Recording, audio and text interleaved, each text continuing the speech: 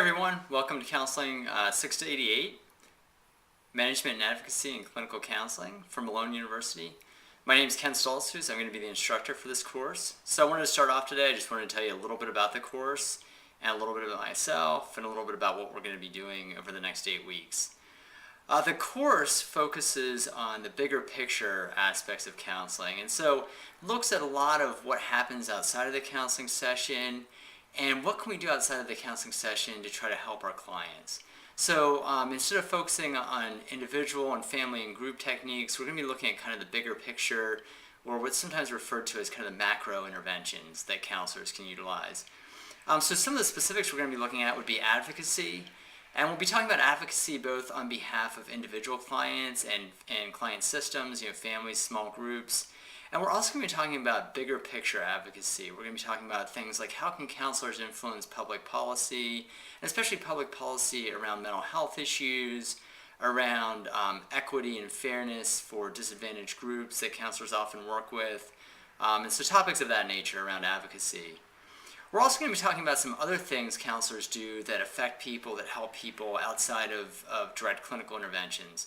So we'll be talking about things like utilizing community resources for everything from disaster intervention to just utilizing natural helping systems. What are some non-professional things that counselors can tap into? And whether those are things like Alcoholics Anonymous that our clients might benefit from, or even things like network therapy or the use of wraparound interventions where we use non-professional teams to try to help people and to meet their needs. We're also going to talk some about clinical supervision and management of mental health agencies, of counseling agencies, and that sort of thing. We're going to talk some also about how counselors interface with the regulatory process, and we'll even get into some of the other things, maybe the less common things that counselors do outside of clinical sessions, things like being expert witnesses in court. So really for this class, and I've said this already, but we're looking at kind of the bigger picture, the macro level pieces of being a counselor. And the idea behind this class is that perhaps sometimes these sorts of interventions are overlooked, or they're not really what people think about when they think of the role of a counselor. So we're going to focus on those this 8 weeks during this course. Just to tell you a little bit about myself, and then I'll ask you to introduce yourself online, and we'll have some directions on that in a moment. But so a little bit about me. As I said, my name is Ken Stoltzfus. I'm currently in Lithuania. So right now I'm talking to you, and I'm living and working in Lithuania. And I currently work at LCC International University, which is in Klaipėda, Lithuania. And I'm the chair of the Social Sciences Department there. So a little bit about LCC, because it's kind of an interesting place. LCC has students from 29 different countries. Most of the countries are parts of the former Soviet Union. So a lot of students from here in Lithuania, but also from Russia, from Belarus, from Moldova, from the Ukraine, and also some of the Central Asian republics, places like Kazakhstan, Kyrgyzstan, places like that. And then we also have some students, a few students from places like Korea and some of the African countries. So a really multicultural, multinational sort of environment.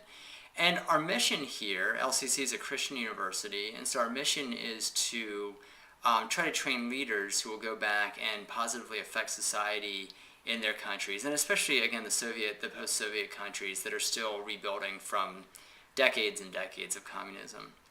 So I've been at LCC since the summer of 2012. Before that, I worked full-time at Malone for 9 years, and I was a professor in the social work department at Malone, and for the last 4 years of my time there, I was also chair of the social work department.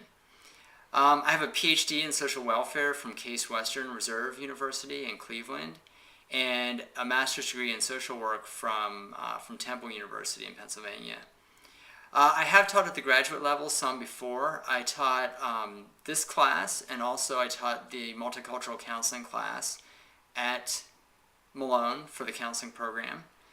And I taught those on the grounds. This is my first time teaching online. And I also taught graduate courses at Case Western in their Masters of Social Work program. Just a little bit about kind of my teaching style. Obviously it's different online, and I'm still kind of figuring that out. But I do check my email very often, and I try to respond quickly. So I will try to get back to you quickly. A couple caveats there. Because I live in a very different time zone, I'm 7 hours ahead of you if you're in Ohio, it is sometimes hard for me to get back to you right away, especially if you email after about 3 in the afternoon. Your email would be getting here when I'm in bed. So it's often going to be the next day that I'll get back to you. The other thing is sometimes because I live here but have family in the U.S. and because this is a summer course, we are going to be traveling some. Sometimes we travel back to the U.S. over the summer. And so during times that I'm traveling, especially during the actual the travel itself, it may be harder for me to get back to you right away. So what I'll do is I'll try to let you know if I'm going to be out of town or if I'm not going to be around at some point for a day or two, just so that you're not worried if you don't hear back from me. I would say too, I'm very open to other forms of communication, so if it'd be helpful for us to talk on the phone or to talk by Skype. Skype, of course, is free. I also have a subscription that lets me call cell phones and landlines in the U.S., so if it'd be helpful for us to talk about any of the assignments, or if you have questions, we can certainly arrange that as well. I usually just need a few days' notice to set that up. So I'm looking forward to working with you during this 8-week course, and I hope that it'll be a beneficial course for you. Okay, good luck.